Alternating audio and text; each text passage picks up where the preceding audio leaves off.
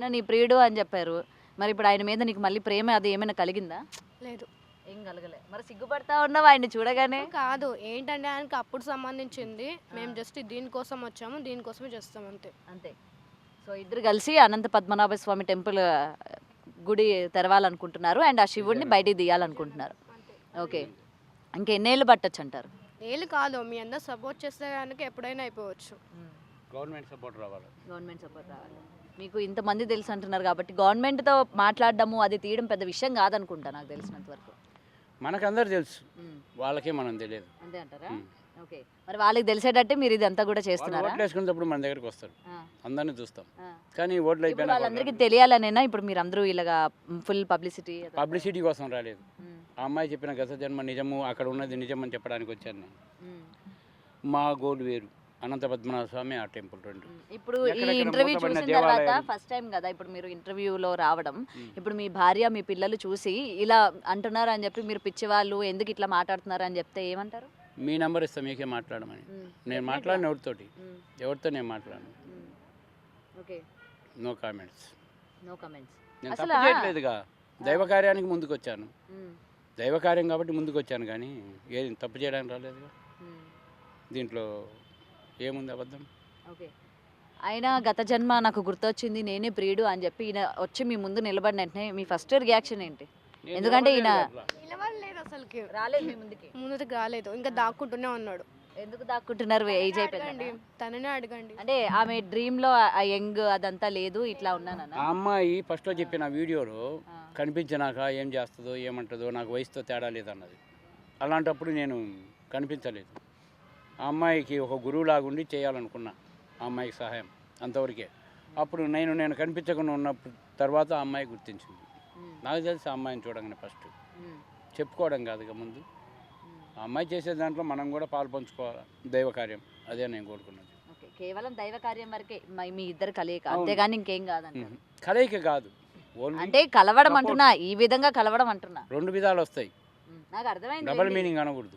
నేను సింగిల్ మీనింగే అన్నాను. సపోర్టింగ్ చేయడమే నా పని. సపోర్టింగ్ చేయడమే. ఓకే. సపోర్ట్ చేయడం వరకే. ఆ స్థితిలో ఎవరున్నా సపోర్టింగ్ చేస్తాను నేను. ఓకే. ఏమంటావు అమ్మ? మరి మీ అమ్మగారు ఏమంటున్నారు మరి తను చూసిన తర్వాత? ఏమనలేదు అక్క. ఆమెకు కూడా అంటే యాక్సెప్ట్ చేశారా అవును అని చెప్పి? మమ్మీ చేసింది. ఓకే. మరి ఆధారాలు మాకు చూపించాల్సిన ఏం లేదా? కాలుకున్న మచ్చ, కాలుకి ఎక్కడ ఉంది మచ్చ? లెఫ్ట్ సైడ్ ఉందని చెప్పాను, అందరు చూడలేదని కూడా చెప్పాను. దైవత్వం ఉన్న వాళ్ళు మాత్రమే చూడగలరని చెప్పాను. మరి అలా అంటే ఎలా అవుతుంది? ఇప్పుడు అది మాకు కనిపించాలంటే మాలో కూడా మేము కూడా గత జన్మ అయితే మాకు కనిపిస్తుందా? గత జన్మ అని కాదు, అది దైవత్వంలో ఉన్న వాళ్ళకి కనిపిస్తుంది అని చెప్పాను. అప్పుడు సన్యాసం స్వీకరించడానికి ఇంకా నాకు చాలా టైం ఉందిలేండి. అలాంటప్పుడే చేయగలరు. అంటే మరి ఇప్పుడు ఆ మచ్చ మీకే కనిపిస్తుంది అంటున్నారు, దైవత్వంలో ఉన్న వాళ్ళందరికీ కనిపిస్తుంది. అంటే మాకు కనిపించాలిగా. మీకు దైవత్వం అంటే అది వేరు, అంటే మొత్తం దేవుడికి అంకితమై ఉండాలి. అది ఏ స్వార్థం కుళ్ళు కుతంత్రాలు ఏం లేను. ఇప్పుడు పూటకొక మీకేం లేవా? స్వార్థం కుళ్ళు ఏం లేవా? నాకేమన్నా ఉంటే నేను సంపాదించుకునేవాడిని. మరి అంటే మేము చూడలేదు కదా మీరు ఎంత సంపాదించుకున్నారు. అన్నదానాలు, వస్త్రదానాలు, ముసలోళ్ళకు ఇలాంటివి చేస్తుంటారు. కోపం రాదా మీకు? కోపమా? రాదు. ఒకరిని చూసి కుళ్ళుకోరా మీరు? కుళ్ళుకోను. మరి ఇందాక నుంచి నేను అడిగే క్వశ్చన్స్ మీకు కోపం వస్తుంది? కోపం ఎప్పుడు వచ్చింది? నాకు కోపమే రాదు. నేను ప్రశ్నిస్తున్నా పీఠాధిపతులను, వాళ్ళని మీరు ప్రశ్నించండి అని. మీరు చేస్తే కోపం ఎందుకు వస్తుంది? కోపం వస్తుందా? జనాలు అడిగే సమాధానానికి నువ్వు దైవత్వంలో ఉన్న వాళ్ళకే ఆ మచ్చ కనిపిస్తుంది అని అంటే జనాలు ఇప్పుడు ఏ విధంగా నమ్ముతారు చెప్పు? మరి జనాలకి ఇంకేమైనా ఉన్నాయా? గుర్తులు అని చెప్పాను, మా కథ చెప్పాను, అయినా సరే కొన్ని చెప్పాను కొన్ని చెప్పలేదు. అది దైవత్వం సంబంధించింది కాబట్టి అందరికీ చెప్పకూడదు కాబట్టి కొన్ని చెప్పలేను నేను. ఇంకొకటి హార్ట్ మీద ఉందని చెప్పాను. హార్ట్ మీద ఏముంది? అంటే బాణం గుర్తు ఉందా? ఇప్పుడు ఉంది. చూడొచ్చా మేము? With your permission? పర్మిషన్ అంటే తనకి పర్మిషన్ డెఫినెట్ గా జనాలు కోరుకుంటారు. జనాలు ఇప్పుడు ఏది చెప్తే అది నమ్మే దాంట్లో లేరు కదా. ఒక ప్రూఫ్ చూపించండి. ఇదైతే దైవత్వంలో ఉన్న వాళ్ళకి సంబంధం లేదు కదా, ఎవరికైనా కనిపిస్తుంది కదా. చూపించండి. అది ఆడ కనిపిస్తుందో నాకే తెలియదు. చూపించండి. మరి అమ్మాయికి కనిపించింది, మాకు మేము చూస్తాం. ఉందో లేదో కూడా ఇప్పుడు తెలియదు. ఎక్కడుందమ్మా బాణం గుర్తు? నేను చూసాను అక్క. దెబ్బ అంటే గుర్తు అనేది ఉంది, అంటే తగిలిన గాయం అనేది ఉంటుంది కదా, దానికి సంబంధించి ఉందని చెప్పాను. మరి అక్కడ లేదు. నేనైతే ఫస్ట్ చూసాను అక్క. మరి ఇప్పుడు ఎట్లా మాయమైపోతుంది? మాయం కాదు, ఇప్పుడు మాయం కాదు, కాలుకునేది మరి టెస్ట్ చేసుకోండి. దైవత్వంలో ఉన్న వాళ్ళు వచ్చి టెస్ట్ చేసుకోండి. ఇప్పుడు నేను దైవత్వంలో ఎవరున్నారా అని చెప్పి వెతకాలి నేను. ఈడ చాలా మంది ఉన్నారు కదా అక్క. నాకు కనిపిస్తుంది ఏమో చూద్దాం. మరి మేము ఒకవేళ అబద్ధం అయితే కనుక అక్కడికి విజయనగరం కానీ లేకపోతే ఆ టెంపుల్ ఉంది కదా కేరళ, అక్కడికి వెళ్తే మేము రియలా ఫేక్ అని ఆటోమేటిక్గా మీకు తెలిసిపోతుంది కదా. ఒకవేళ ఫేక్ అనుకో మేము అవి జస్ట్ తాకడానికి కూడా మాకు ఉండదు కదా. నగరాలు తీసుకెళ్లారు కదా. నాకు ఆ బాణం గుర్తు కావాలి. ఇంకా ఎవరైనా మంగళవాడిని పిలిచి ఇది శుభ్రం చేస్తే అప్పుడు తెలుస్తుంది, కనిపిస్తుంది శుభ్రం. ఏం పర్లేదు, నాకు కళ్ళు షార్ప్ కొంచెం చూపియండి. చూపిద్దాం తర్వాత, కనిపించింది కదా, చూపిద్దాం. నాకు కనిపించాలి, మా వ్యూవర్స్ కి కనిపించాలి. నాకు చూపిద్దాం. అయిపోయినాక ఎట్లా అండి? లేదు కదా అక్క, ఇప్పుడు తనకి ఫ్యామిలీ ఉంది, వాళ్ళు ఏమని అనుకోవచ్చు, మనం చెప్పలేం కదా. నేనైతే చూసాను, నా వరకు అయితే నేను కాలుకున్న మచ్చ చూసాను. అంటే గుచ్చుకున్నది. గుచ్చుకున్నది అంటే ఎవరైనా మీకు అట్లా బాణం వేసారా, చంపేసారు? అప్పుడు అనేది చిన్న గాయం అనేది ఉంటుంది కదా ఎవరికైనా కొంతమందికి, అలా ఉంది. మనం క్లియర్గా డీప్గా చూస్తే కనిపిస్తుంది అంతే. నువ్వు కావాలంటే డీప్గా చూడు. అంత డీప్గా చూడండి. మరి డీప్గా చూస్తానే కదా తెలిసేది. ఇప్పుడు నాకున్న డౌట్ కోసం నేనైతే డీప్గా చూస్తాను. నేను కాళ్ళకి కానీ కథ కానీ ఎక్కడైనా ఉన్నాయా, చేతికి కానీ లేదు, వీపు మీద కానీ ఎక్కడ లేవు. చంపింది ఇక్కడ వేసి అక్కడే గుర్తుంటుంది. ఓకే, గత జన్మలో మీ ఇద్దరు కలిసి ఉన్న ఒక సందర్భం ఏమైనా ఉంటే చెప్తారా? అన్ని దాంట్లో ఉన్నాం. ఒక్కటి చెప్పండి. తను చెప్పాడు కదా మీరిద్దరు ఉన్నది ప్రేమగా. ఇప్పుడు ఏమొద్దక్క, నేను చెప్పాను కదా అభిషేకం చేసేది శివలింగం అది అక్కడే ఉందని చెప్పేసి, దానికోసం మా ఫైటింగ్ అంతా.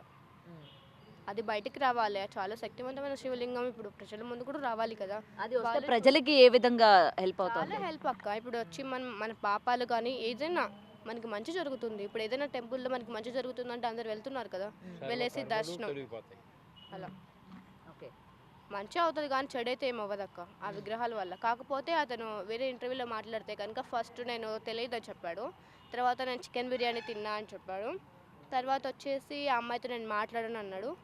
అంటే తనకి అన్నీ తెలిసి కూడా నాకు తెలియదు, ఆ అమ్మాయికి నాకు ఏ సంబంధం లేదని మాట్లాడుతున్నాడు. అతనికి విగ్రహాలు తీయడం ఇష్టం లేదంట, అంటే మీడియాకి రావడమే తనకి ఇష్టం లేదంట. ముందు ట్రై చేస్తాం, బట్ అతను రెస్పాండ్ అవ్వలేదు. రెస్పాండ్ అవ్వకపోవడం వల్ల తలుపులు తెరుస్తానని నాకు చెప్పారు అవేనా? అవును, అదే గుడి అంటే అది కాదు, ఆ విగ్రహాల గురించి నేను మాట్లాడాను. మీరే పెట్టుకొని మీరే పూజలు చేసుకోండి అని చెప్పిన, వాళ్ళు ఎందుకు ఒప్పుకోవట్లేదు. ఎంత చెప్పినా సరే అతను నా వల్ల నేను చెయ్యను, వాళ్ళ కొడుకుతో మాట్లాడిస్తున్నాడు. తను కూడా స్ట్రైట్గా మాట్లాడట్లేదు. బట్ ఏంటంటే కనుక ఆ ఛానల్లో మాత్రం తను డైరెక్ట్గా మాట్లాడాడు. అంటే ముందు ఎవరైనా మాట్లాడారు, తర్వాత అతను కాల్ చేశాడు, మాట్లాడాడు. నేను చికెన్ బిర్యానీ తిన్నా అన్నాడు, అమ్మాయిని కలవలేదన్నాడు. కలవలేదన్నప్పుడు చికెన్ బిర్యానీ నేను ఎలా తిన్నానక్క? తర్వాత వచ్చేసి అమ్మాయితో మాట్లాడాల్సిన అవసరం ఏంటి నాకు అన్నాడు. నువ్వు ఫేక్ అన్నప్పుడు నువ్వు వచ్చి నిరూపించాలి కదా, ఛానల్ వాళ్ళ మీద కేసు వేస్తాను, మీ మీద కేసు వేస్తాను, ఇక్కడికి రండి చూడండి అని మాట్లాడాడు. నేను ఆల్రెడీ మాట్లాడితే ఇప్పుడు లైవ్లోనే మీరు నాతో మాట్లాడితే తెలిసిపోతుంది కదా నిజం ఎక్కడుంది అబద్ధం ఎక్కడుందని. ఇంకా తర్వాత వచ్చేసి 3 లక్షలు తీసుకున్నాడు, ఏవో టాపిక్స్ వచ్చాయక్క, అవన్నీ మీరు ప్రూవ్ చేయాలి కదా. ఓకే, అది. సో మీరు మనుషుని చూసి ఏమైనా చెప్తారా? చెప్తాను. ఇప్పుడు నన్ను చూసి ఏం చెప్తారు? ఇప్పుడు మీరు ఇంటర్వ్యూ చేయడానికి వచ్చారు, మా గత జన్మ గురించి తెలుసుకొని వచ్చారు, దాని వరకే చెప్తాను. ఏరేది నేను చెప్పలే. వచ్చింది ఎవరి కోసం? మా అమ్మాయి కోసం వచ్చాను. నేను వచ్చింది మీకోసమే, ఏదైతే ప్రియుడు అని చెప్పి. మా టెంపుల్ దగ్గరికి రా, మా టెంపుల్ దగ్గర. ఓకే, నెక్స్ట్ మీది ఎక్కడ, మీ స్టెప్ ఎక్కడ వేయబోతున్నారు ఏంటి? మా స్టెప్ ఇప్పుడు ప్రస్తుతానికి ఏం లేదు. ఆ అమ్మాయి స్టెప్ ఆమరణ నిరాహార దీక్ష చేయబోతుంది కడప. ఎందుకు నిరాహార దీక్ష? ప్రభుత్వం కదలాలి. ప్రభుత్వం గురించి అంటే నాకు ఆ టెంపుల్ కోసం నేను చేయాలనుకుంటున్నా, అంతవరకే.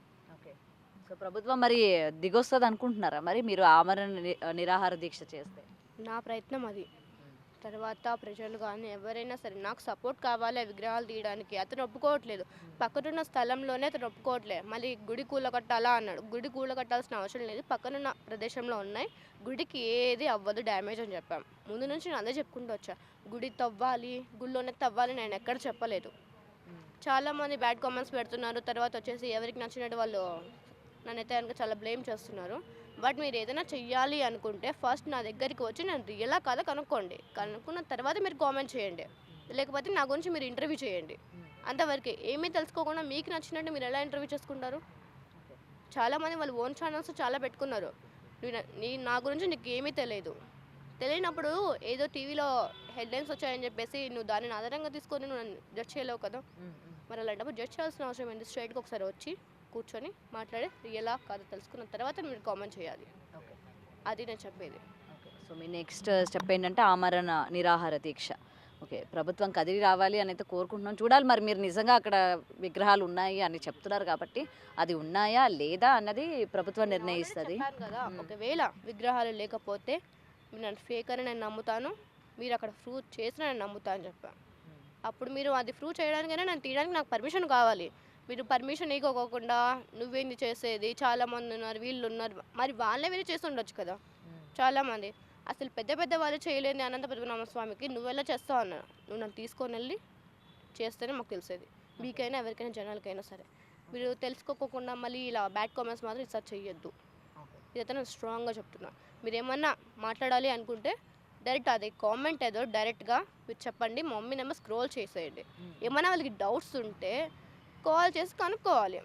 కనుక్కోకుండా మీకు నచ్చినట్టు మీరు కామెంట్ చెయ్యొద్దు. ఈసారి ఎవరికి నచ్చినట్టు వాళ్ళకి బ్యాడ్ కామెంట్స్ చాలా ఎక్కువ అయిపోతున్నాయి. కొంతమంది నేనే నాగ కార్తికేయ అంటాడు, ఆ అమ్మాయి ఫేక్ అంటాడు, ఇలా చాలా చాలా మెంటల్ ఇష్యూ అంటున్నారు. మరి ప్రూవ్ చేయండి. ప్రూవ్ చేసిన తర్వాత మీరు కామెంట్ చేస్తే నేను ఒప్పుకుంటా. మీకు నచ్చినట్టు మీరు కామెంట్ చేస్తే నేను అసలు ఊరుకోను ఇంకా. ఓకే, సో అలా నేనే కార్తికేయ అంటున్నారని తీసుకొచ్చేసారా ఏకంగా? లేదు, నేను చూపిస్తా అని చెప్పాను. నేను ఫస్ట్ కూడా రివీల్ చేశాను, బట్ ఎవరికి అది స్ట్రైక్ అవ్వలేదు. అది నా మిస్టేక్ కాదు, మిస్టేకేనమ్మా. నేను మీకు చూపించాను ఆల్రెడీ. నేను అక్కడ బాగా క్లియర్గా చెప్పాను, బట్ మీరు స్ట్రైక్ చేసుకోలేదు.